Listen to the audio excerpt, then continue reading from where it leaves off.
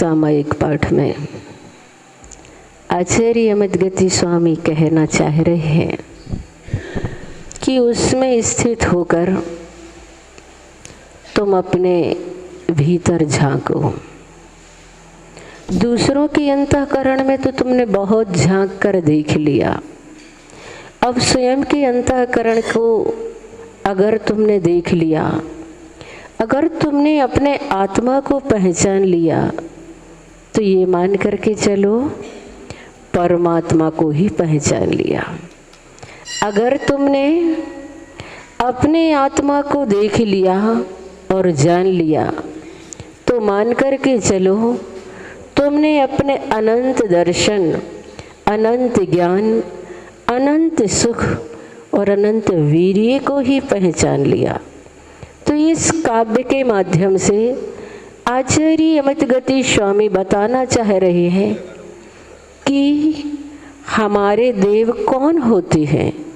परमात्मा को पहचान कर हम अपने आत्म तत्व को पहचान लिया करते हैं, और यहाँ पर उन्हीं परमात्मा का स्वरूप बताया जा रहा है कि हमारे देव, अरहंत देव, देवादिदेव कैसे होते हैं, उनका लक्षण, उनकी परिभाषा, उनका स्वरूप इस सामायिक पाठ के 14वें नंबर के काव्य में हमें बताया जा रहा है। निषूदतेयो भव दुःख जालम निरीक्षतेयो जगदन्तरालम योऽन्तर्गतो योगी निरीक्षणीयः सदैव देवो हृदये ममस्ता। यहाँ पर कहा जा रहा है सह वह भव दुख जालम, संसार के दुख समूह को निषूदते, जिन्होंने नष्ट कर दिया है, समाप्त कर दिया है।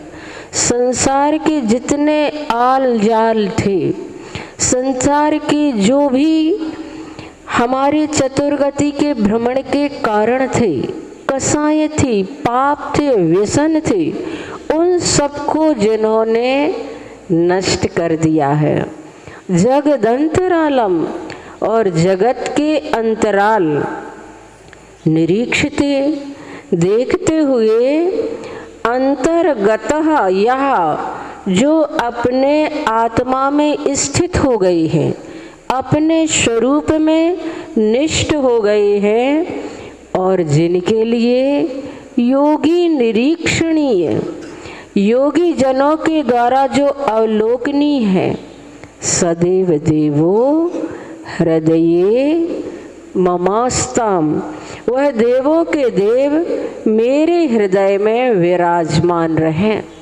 वर्तमान में हमारे देवाधिदेव आराध्य, हमारे शासक, हमारे मार्गदर्शक भगवान आदिनाथ, भगवान महावीर स्वामी हैं। भगवान महावीर विराट व्यक्तित्व के धनी हैं। उनकी माँ त्रिशला ने जो 16 स्वप्न देखे थे, वो उनके महान व्यक्तित्व को दर्शाते थे।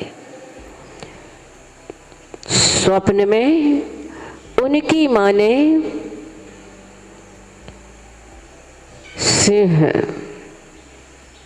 हाथी और वृषभ को देखा था। चांद, सूर्य और फूल माला को देखा था। सिंहासन, लक्ष्मी और निर्धूम अग्नि को देखा था। दरअसल ये स्वप्न दर्शाते हैं कि भगवान महावीर का व्यक्तित्व जहाँ कुसुम सा कोमल था, तो वहीं अग्नि की तरह जाज्वल्यमान था। वो सूर्य की तरह तेजस्वी, तो चांद की तरह शीतल थे। सिंह की तरह साहसी, गज की तरह बलिष्ठ और वृषभ की तरह वह शांत प्रकृति के थे। सिंहासन इस बात का प्रतीक था कि वे तीनों लोकों के दिलों पर राज करेंगे और लक्ष्मी होगी उनके चरणों की दासी।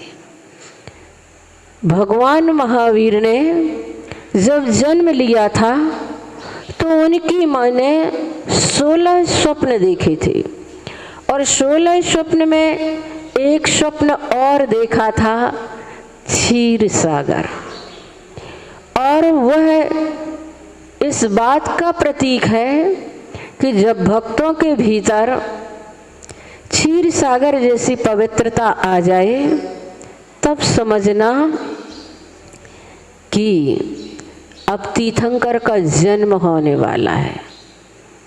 और वास्तव में जब चैत शुक्ला त्रयोदशी को भगवान महावीर ने जन्म लिया तो तीनों लोगों ने अपना शासन नायक स्वीकार कर लिया। भगवान महावीर सबके थे, सब भगवान महावीर के थे। भगवान महावीर की दृष्टि में अपना पराया कोई भेद नहीं था। वो पिता सिद्धार्थ उमा त्रिशला के लिए नहीं जन्मे थे। भगवान महावीर के संदेश सिर्फ जैनों के लिए नहीं थे, जन जन के लिए थे। भगवान महावीर के जो सिद्धांत थे वो पूरी जीव राशि के कल्याण के लिए थे, क्योंकि अग्नि तो सभी की रोटियों को सेकती है, पानी तो सभी के गले की प्यास को बुझाता है, वृक्षों की छाया सभी के लिए हुआ करती है। इसी प्रकार महापुरुषों पर सभी का अधिकार होता है। भगवान महावीर सिर्फ जैनों के नहीं थे और न भगवान महावीर ने कहा कि मैं जैन हूँ। भगवान महावीर तो जिन थे, और जिन का मतलब होता है जिन्होंने जीत लिया है अपनी इंद्रियों को, जिन्होंने जीत लिया है अपने मन को, जिन्होंने जीत ली है अपनी कसायों को, वो जिन कहलाते हैं। जिन का मतलब होता है जीतना, और उन्हें ही हम जिनेंद्र देव कहते हैं। और जो उनके अनुयायी होते हैं, जो उनके उपासक होते हैं, जो उनके आराधक होते हैं, वो जैन कहलाते हैं। जैन कोई जाति नहीं है, जैन तो एक उच्च आचरण है। जैन एक स्वतंत्र जीवन शैली है और उस जीवन शैली को कोई भी अपना सकता है, यहाँ तक कि पशु भी। और स्वयं भगवान महावीर ने सिंह की पर्याय में सम्यक दर्शन को प्राप्त किया था। तो इस प्रकार से जैन कोई जाति नहीं है, जैन तो हमारा धर्म है, और जो उस प्रकार से जीना प्रारंभ कर देता है वह जैन कहलाता है। भगवान महावीर का बचपन था, लेकिन उनमें बचपना नहीं था।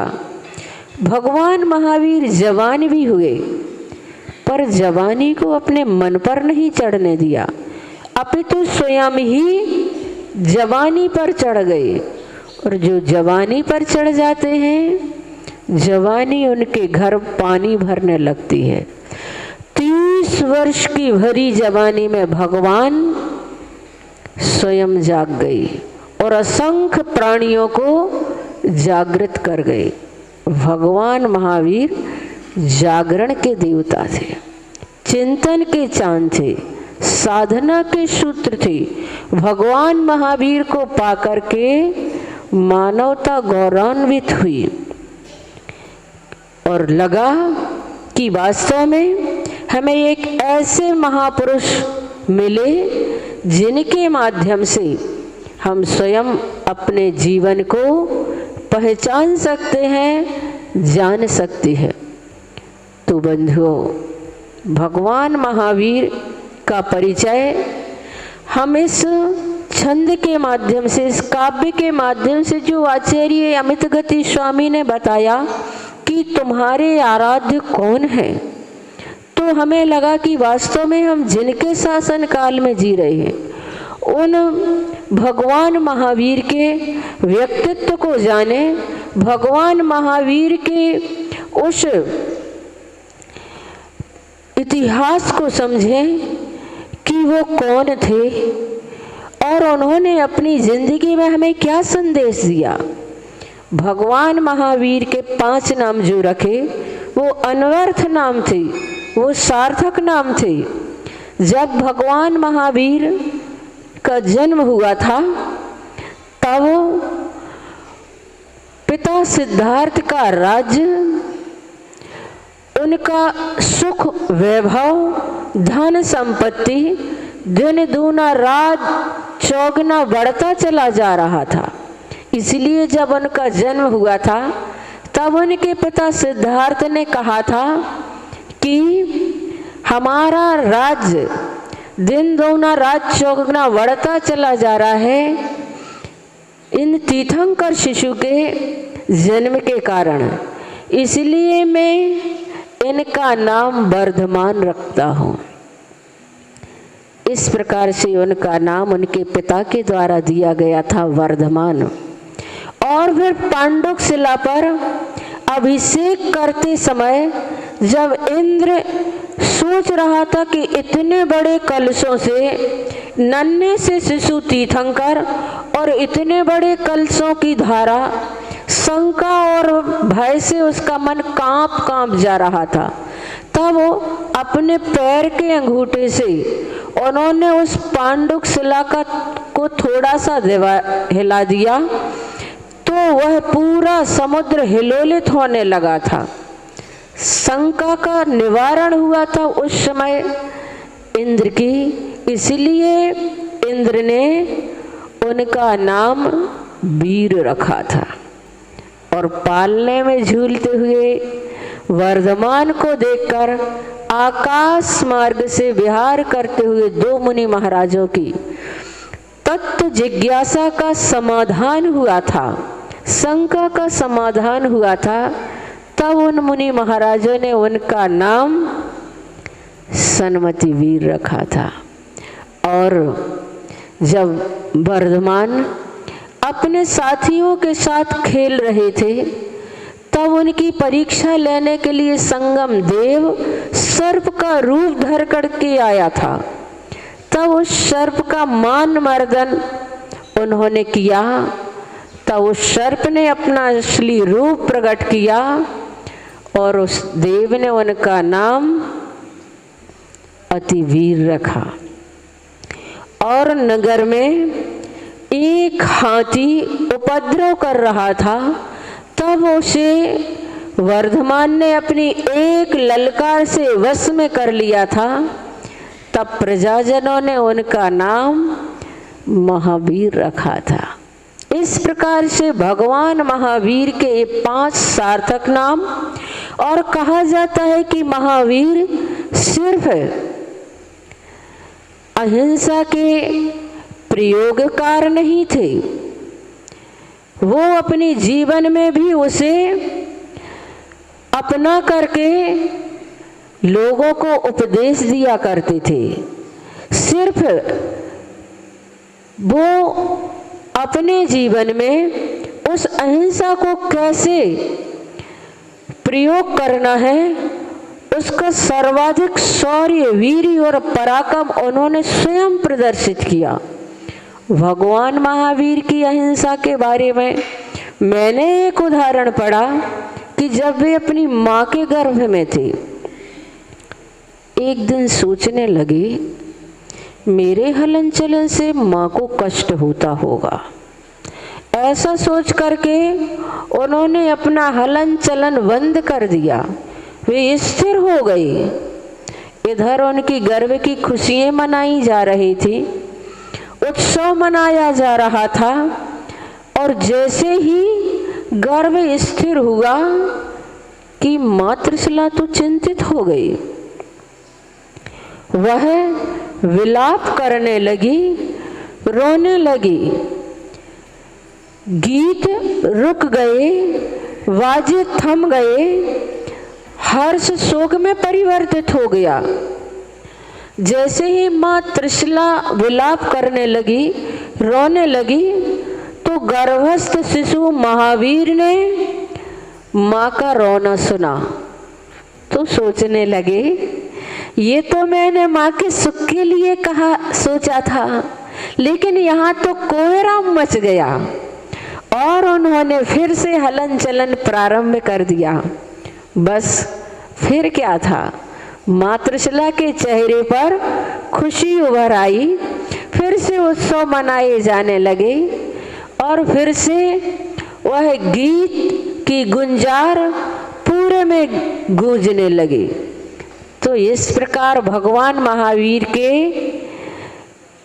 जब वो अपनी माँ के गर्भ में थे, उस समय भी उनके अंदर कैसी करुणा थी दूसरों के प्रति, इस उदाहरण से हम समझ सकते हैं।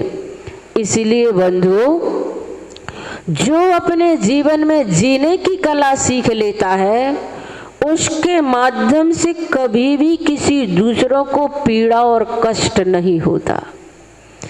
तो भगवान महावीर अहिंसा के कोरे व्याख्याकार नहीं थे, वे प्रयोगकार थे। और यही हम आप लोगों से कहना चाहते हैं, हम अपने जीवन में भी उस अहिंसा को स्थान दें। भले ही पूर्ण अहिंसा हमारे जीवन में नहीं पल पाती, लेकिन आंशिक अहिंसा हम अपने जीवन में भी उतार सकते हैं। आंशिक अहिंसा तो हम अपने जीवन में भी ला सकते हैं। इसलिए हम अपने जीवन में भी भगवान महावीर का जो संदेश है, जियो और जीने दो, इस संदेश के अनुसार हम अपने अंदर की कषायों को कम करें, हम अपने अंदर के पापों को कम करें। जब हम कसाय करते हैं, क्रोध जैसे परिणाम करते हैं, तो हमारी स्वयं की अपनी आयु कम होती है। एक बार के क्रोध में हमारे कितने कितने आयु कर्म के निषेध खिर जाते हैं, ये आपको पता ही नहीं है। हमारी स्वयं की हत्या होती है अपने परिणामों के माध्यम से। हाँ, आचार्यों ने कहा है, कर्मकांड में कहा है कि अकाल मरण भी होता है। विष बेयण रक्तक है, विष खा लेने से, वेदना से, रक्त का स्राव हो जाने से, श्वास का जल्दी जल्दी चलने से, परिणामों के संक्लेश होने से हमारी आयु कर्म के निषेध करते हैं। क्रोध में व्यक्ति के बहुत सारे आयु कर्म के निषेध स्वतः ही खिर जाया करते हैं। इसलिए हमारे परिणामों के माध्यम से स्वयं की भी हिंसा होती है, दूसरों की भी हिंसा होती है। इसलिए हम कभी ऐसा क्रोध ना करें जिसके माध्यम से हमारा भी बिगाड़ हो और दूसरों का भी बिगाड़ हो। कभी हम अपने ऐसे परिणाम ना बनाएं कृष्ण नील कापोतलेस्या जैसे, जिसके माध्यम से हम स्वयं परेशानी में हो और दूसरा भी परेशान हो जाए। मैंने उदाहरण पढ़ा कृष्ण लेस्या वाले का कि वह एक व्यक्ति भगवान के मंदिर में भक्ति कर रहा था, और भक्ति करते करते एक देवता प्रकट हुआ, और उस देवता ने कहा कि मांगो, तुम क्या मांगना चाहते हो, मैं तुमसे प्रसन्न हूँ, पर शर्त ये है कि जो तुम अपने लिए मांगोगे पड़ोसी को उससे दोगुना मिलेगा। उसने कहा फिर तो मजा ही खो गया, फिर तो मतलब ही समाप्त हो गया। मैं पड़ोसी की वजह से तो दुखी हूँ, पड़ोसी की वजह से तो मैं परेशान हूँ, और मैं तपस्या करूँ, मुझे वरदान जो मिले उससे दुगना पड़ोसी को मिले, तो फिर क्या मतलब हुआ। और वह सोचने लगा, विचारने लगा। देवता ने कहा ठीक है, सोच लो, विचार कर लो, फिर बाद में मांग लेना वरदान। और इस बात को लेकर के वह बड़ा चिंतित था कि आखिर क्या करें, कैसे करें। और वह इस बात को, इस शंका का समाधान करने के लिए एक वकील से मिला। वकील ने कहा अरे तुम ऐसा करो कि तुम देवता से कहो कि मेरी एक आंख फूटे। तुम्हारी एक आंख फूटेगी तो पड़ोसी की दोनों ही फूट जाएंगी। तुम देवता से मांगो कि हमारे घर के सामने 2 कुआं खोदें, पड़ोसी के घर के सामने 4 कुआं खुद जाएंगे। और जब अंधा पड़ोसी अपने घर में खुदे हुए कुओं में जब गिरेगा तो तुम्हारा सुख तुम्हें प्राप्त हो जाएगा। वो सोचने लगा, बड़ा खुश हुआ, प्रसन्न हुआ, ऐसा तो मैंने सोचा ही नहीं था। और फिर गया मंदिर। देवता ने पूछा क्यों, क्या विचार करके आए हो।